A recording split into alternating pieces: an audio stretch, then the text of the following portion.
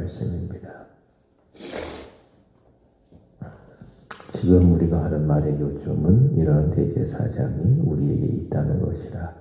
그는 하늘에서 지극히 크신 이의 보좌 우편에 앉으셨으니 성소와 참 장막에서 섬기는 이시라. 이 장막은 주께서 세우신 것이요 사람이 세운 것이 아니니라.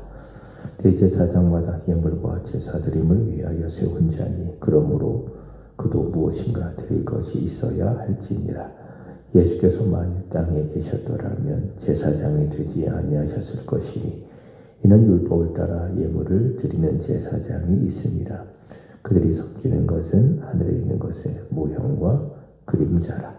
모세가 장막을 지으려 할 때에 지시하심을 얻은 바 같으니 이르시되 삼가 모든 것을 산에서 내게 보이던 본을 따라 지으라 하셨느니라. 그러나 이제 그는 더 아름다운 직분을 얻으셨으니 그는 더 좋은 약속으로 세우신 더 좋은 언약의 중보자이시라. 저 첫 언약이 무흠하였더라면 둘째 것을 요구할 일이 없었으려니와 그들의 잘못을 지적하여 말씀하시되 주께서 이르시되 볼지어다 날이 이르리니 내가 이스라엘 집과 유다 집과 더불어 새 언약을 맺으리라.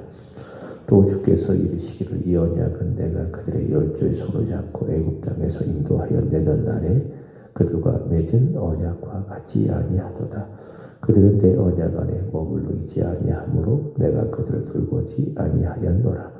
또 주께서 이르시되 그날 후에 내가 이스라엘 집과 맺을 언약은 이것이니 내 법을 그들의 생각에 두고 그들의 마음에 이것을 기록하리라.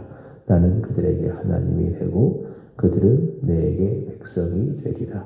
또 각각 자기 나라 사람과 각각 자기 형제를 가르쳐 이르기를 주를 알라 하지 아니할 것은 그들이 작은 자로부터 큰 자까지 다 나를 알미라. 내가 그들의 불의를 긍휼히 여기고 그들의 죄를 다시 기억하지 아니하리라 하셨느니라.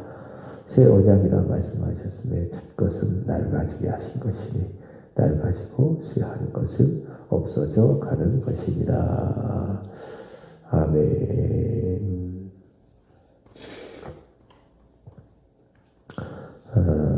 구약의 율법하에 하나님께서 말씀하신 것을 따라서 세워주신 제사 제도, 또 그리고 그 제사 제도를 직접 실행하는 제사장.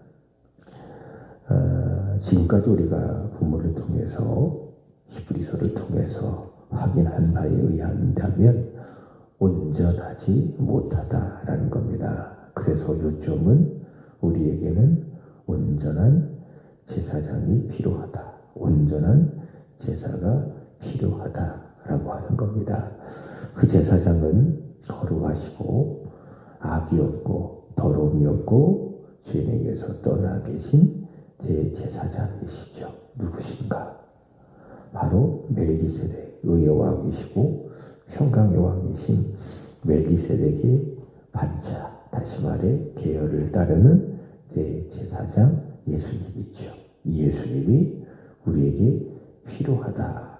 그리고 그가 십자가에서 드리신 영원한 그 완전한 속죄의 제사가 필요하다라는 겁니다. 바로 이것을 히브리서 기자가 강조를 하고 있습니다. 그래서 1절이 이야기하고 있는 것은 지금 우리가 하는 말의 요점은 누가 있습니까?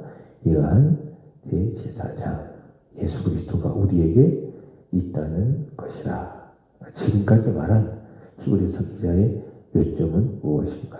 바로 완전한 흠이 없고 완전한 제사장 예수님이 우리를 위해 또 우리에게 있다. 이것이 바로 지금까지 히브리서 저자가 말씀하고 싶은 요점이라 이렇게 말할 수가 있습니다.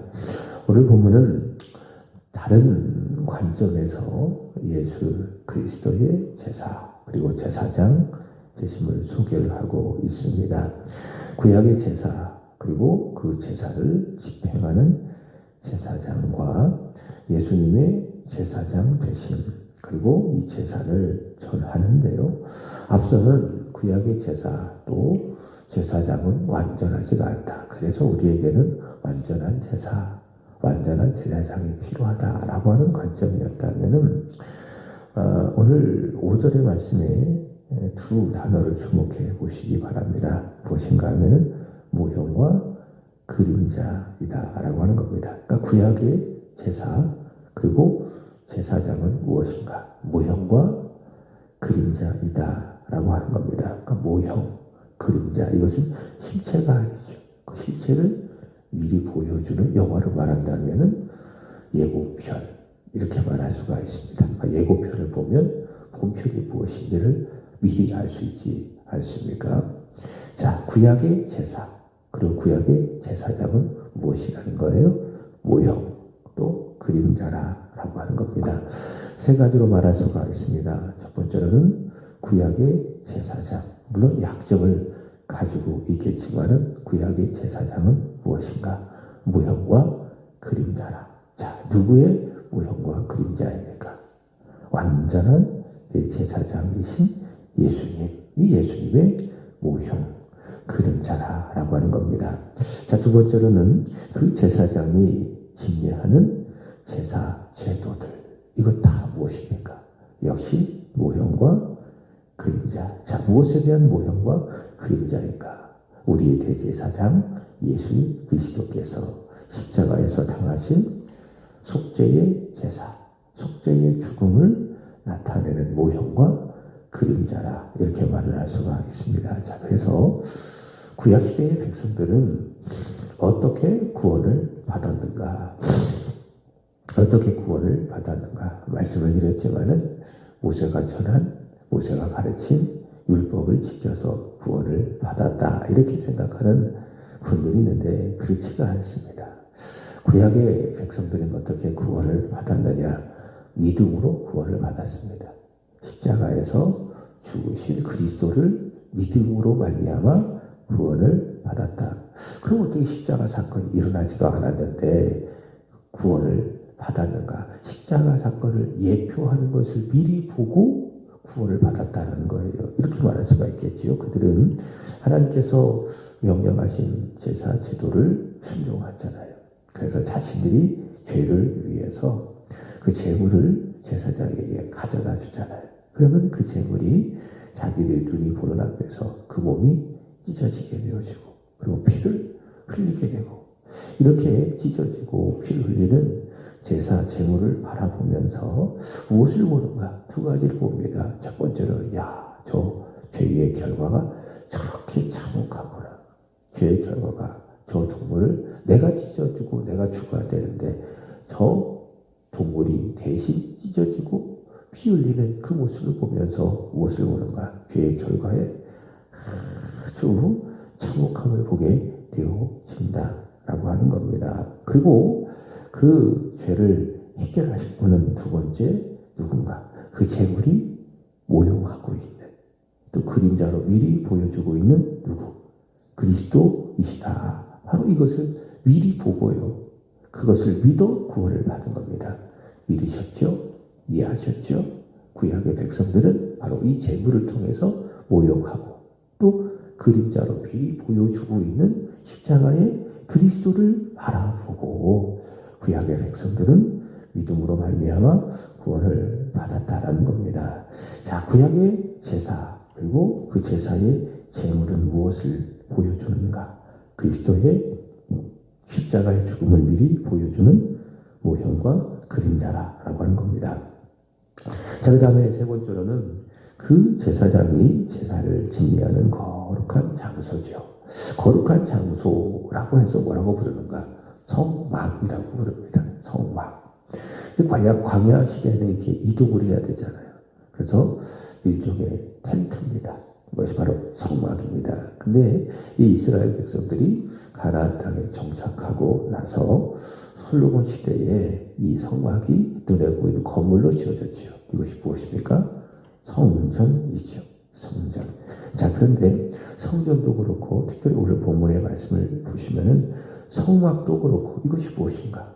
모형이고 그림자라고 하는 겁니다. 그럼 무엇에 대한 모형과 그림자인가? 하늘에 하나님이 계시는 거룩한 그 장소, 하나님이 거하시는 하늘의 거룩한 장소, 이것을 하늘 성소, 하늘 장막이라고 이야기하는데 여기에 모형과 그림자가 뭐예요? 그것이 바로 하나님께서 모세로 하여금 짓게 하신 그 성막이라는 거예요. 5절의 말씀을 보시면은 그들이 섬기는 것은 누구를 말하는 거죠? 모세와 그 시대의 백성들, 구약 시대의 백성들을 말하는 건데 그들이 섬기는 것, 그러니까 그들이 성막에 가서 섬기잖아요. 제사장들이 성막을 섬기잖아요. 이것은 무엇이라고요? 하늘에 있는 성소의 모형과 그림자라. 자, 그래서 모세가 성막 또는 장막을 지으려고 할 때에 자, 인간의 생각을 따라 어떤 상상을 하고 또 생각을 해서 지은 것이 아니라 어떻게 지었습니까? 여기 말씀하신 것처럼 하나님께서 산에서 보이던 볼을 따라서 그러니까 하늘 장막의 볼을 하나님께서 모세에게 다 보여주신 거예요. 그러니까 40일 동안 모세가 시내산에서 있으면서 하나님께서 모세에게 하늘 장막을 미리 보여주셨어요. 볼을 보여주셨어요. 그 볼을 받아서 하나님께서는 오홀리압과 후살레를 부르셔서 그에게 선동과 지혜를 충만하게 입혀주셔서 그들로 하여금 성막을 짓게 해 주셨습니다. 자, 그래서 모세가 지은 그 장막은 무엇인가? 하늘에 있는 성막의 모형과 그림자다라고 하는 겁니다. 그래서 이 이스라엘 백성들이 만든 이 장막은 무엇인가? 이런 거죠. 일종의 모델 하우스라 이렇게 말할 수 있습니다. 그러니까 모델 하우스. 그래서 이스라엘 백성들이 만든 하나님께서 명령하신 그 장막을 보면은 무엇을 볼 수가 있는가? 하늘 장막을 미리 볼 수 있다. 왜? 일종의 모델 하우스와도 같은 것인가? 그럼 완벽하지는 않지요. 그것이 실체가 와야 이 지상의 장막이 그렇구나 라는 것을 알 수가 있겠죠. 자, 그런 측면에서 본다면 교회도 그렇습니다. 교회도 무엇인가? 하늘 천국, 주께서 우리를 위해서 예비하신 천국의 모형과 그림자가 뭐예요? 그것이 바로 교회라 이렇게 말할 수가 있겠죠. 그래서 교회는 천국을 미리 보여주는 모델 하우스와도 같아야 되는 거예요. 그래서 교회는 천국과 같아야 되는 거예요. 그래서 요즘에 강조하는 바가 있죠. 행복해야 된다. 그리고 교회가 어떤 교회? 좋은 교회가 되어야 한다. 천국이 그렇지 않을까요? 천국에 오면은 행복하잖아요. 그리고 오고 싶잖아요. 천국은 참 좋은 곳이잖아요. 지옥은 그렇지 않죠. 지옥은 너무 가기 싫은 거죠. 지옥에 들어가는 그 순간부터 불행해지는 거죠. 그게 지옥인 것입니다. 그러나 천국은 그렇지 않습니다. 천국은 참 좋은 곳이에요. 그리고 행복한 곳이에요. 그것이 어떤 곳이 되어야 되는가? 바로 교회가 되어져야 한다. 왜 그럴까요? 교회는 천국을 이 땅에서 미리 보여주는 일종의 모형, 그림자, 다시 말해 모델 하우스와도 같기 때문에 하나님께서 모세를 통해서 만들라고 하신 이 장막이 바로 그렇다는 거죠. 하늘 장막을 미리 보여주는 모형과 그림자라. 일종의 모델 하우스라고 하는 것이지요. 자, 그런데 이런 제사장, 그리고 두 번째 제사, 제도, 제물, 세 번째 장막 모두가 다 그림자, 그 다음에 모형인데 그 모형과 그림자의 실체가 맞다는 거예요. 실체. 자, 그분이 누구십니까? 우리에게 있는 대제사장. 우리에게 있는 대제사장이 바로 이 제사, 제도, 그 다음에 제사장, 하늘 장막의 실체라고 하는 것이죠. 자, 그래서 예수 그리스도께서는 1절의 말씀처럼 우리를 위한 대제사장으로서 우리 때문에 우리를 위하여 계시는 대제사장으로서 예수께서 제사를 드리셨어요. 어떤 제사? 자신의 피를 가지고 하늘 장막으로 들어가셔서 단번에 영원히 속죄를 이루신 것입니다. 그 제사가 무엇인가 하면 예수 그리스도의 고난과 십자가의 죽음을 의미하는 거죠. 그러니까 이 땅에서 예수께서 고난을 받으시고 십자가에서 죽으셨지만은 히브리서 저자는 해석하는 거예요. 재해석하는 거예요. 그 십자가의 죽음은 예수 그리스도께서 큰 대제사장으로서 자신의 휘를 가지고 하늘 장막으로 직접 들어가셔서 영원히 그리고 단번에 이루신 속죄제사를 가리킨다. 그렇게 해석을 하고 있는 것이죠. 자, 그래서 예수를 믿는 사람, 또 예수 안에 있는 사람, 요즘 제가 참 강조하는 말 중에 하나인데, 예수 안에 있고 예수를 믿는 사람, 예수를 믿어 그 안에 들어가는 사람은요, 이제는 구약의 모형이었던, 또 구약의 그림자였던 아론의 계열의 제사장이 필요하지 않습니다. 그리고 제사 제도도 그렇고 또 장막도 그렇고 이런 것들이 어떻게 되었습니까? 예수 안에서 완성이 되어졌기 때문에 우리에게 필요가 없는 거예요.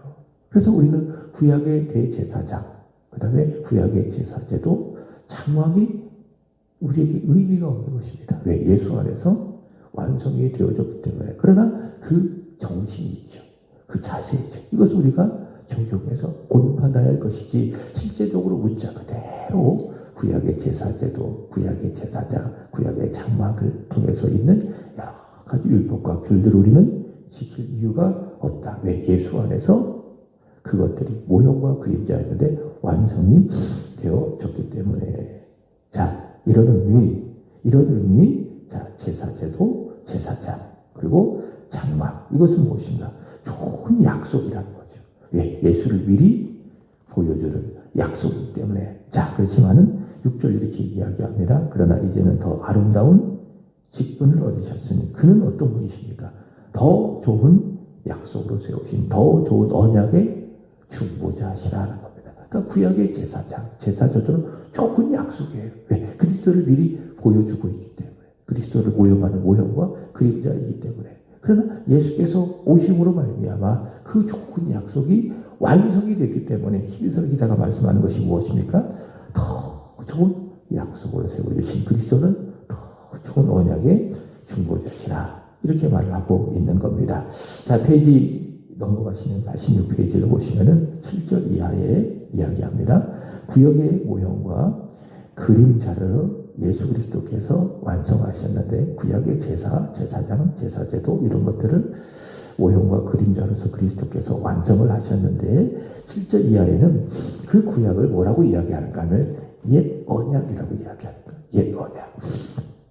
그래서 구약 그러면은 영어로 old, 그게 구 아니겠습니까? old 그 다음에 testament, 이것을 구약이라고 이야기를 하고, 자, 근데 주께서 완성하신 그 신약을 뭐라고 이야기하는가 하면은 새 언약, new testament 이렇게 이야기하는 거죠. 그러니까 앞서 소개했던 구약의 제사장, 제사제도, 그 다음에 성막, 이게 뭡니까? 구약이에요, 구약. 옛 언약이에요. 자, 그런데 예수께서 오심으로 말미암아 구약이 완성이 돼서 무엇이 됐습니까? 신약, 새 언약이 되는 겁니다. 자, 구약이든 그 다음에 신약든 그 언약의 핵심이 있습니다. 그것이 무엇인가 하면 10절 마지막 부분의 말씀에 보면 이렇게 이야기합니다. 나는 그들에게 하나님이 되고 그들은 내게 백성이 되리라. 그러니까 구약도 그렇고 신약도 그렇고 하나님께서 자신의 백성에게 말씀하신 것이 무엇인가? 언약이다. 언약. 그럼 그 언약은 내용이 무엇이냐? 나는 너의 하나님, 너희는 나의 백성이 된다. 라고 하는 겁니다. 자, 그런데 오늘 말씀의 핵심이죠. 주님께서 완성하신 구약이었지만 그 구약을 주께서 오심으로 말미암아 완성하셨잖아요. 구약은 모형과 그림자니까. 예수께서 오심으로 그 구약을 새 언약으로 완성하셨는데, 저와 여러분은 이제는 구약, 옛 언약 시대를 살아가는 것이 아니라 어떤 시대를 살아가고 있습니까? 주께서 오심으로 말미암아 구약을 완성하셨기 때문에는 새 언약, 다시 말해 신약의 시대를 살아가고 있다라는 겁니다. 자, 그러면 그 새 언약의 핵심이 무엇인가? 자, 10절에 보시면 이런 말씀입니다. 주께서 이르시되 그날 후에 내가 이스라엘 집과 맺을 언약은 이것이니 내 법을 그들의 생각에 두고 그들의 마음에 이것을 기록하리라. 하나님의 법, 하나님의 말씀을 생각에 두고 그들의 마음에 하나님의 법을 기록하신 것. 이것이 무엇입니까? 이것이 바로 신약, 새 언약의 핵심이라는 것이죠. 어떤 의미인가 하면은 우리를 위한 대제사장이신 예수를 믿는 사람, 그의 십자가의 구속, 십자가의 제사를 믿는 사람의 마음속에 하나님께서 그 마음속에 무엇을 부어주시느냐? 성령님을 주시는 겁니다. 그것을 성령의 내주라고 이야기하죠. 그럼 성령께서 하시는 역사가 무엇이냐? 하나님의 법을 내 생각 속에 넣어주시는 거예요. 그 다음에 하나님의 법을 내 마음속에 기록해 주시는 거예요. 그래서 우리로 하여금 하나님의 백성임을 알게 하시고 하나님 나의 하나님을 알게 하시고 그래서 우리로 하여금 순종하게 하시는 것이다 라고 하는 것입니다. 그것이 무엇입니까? 그것이 바로 새 언약의 핵심이라. 그래서 새 언약은 내 마음의 변화예요. 성령으로 말미암아. 그 다음에 내 생각의 변화예요.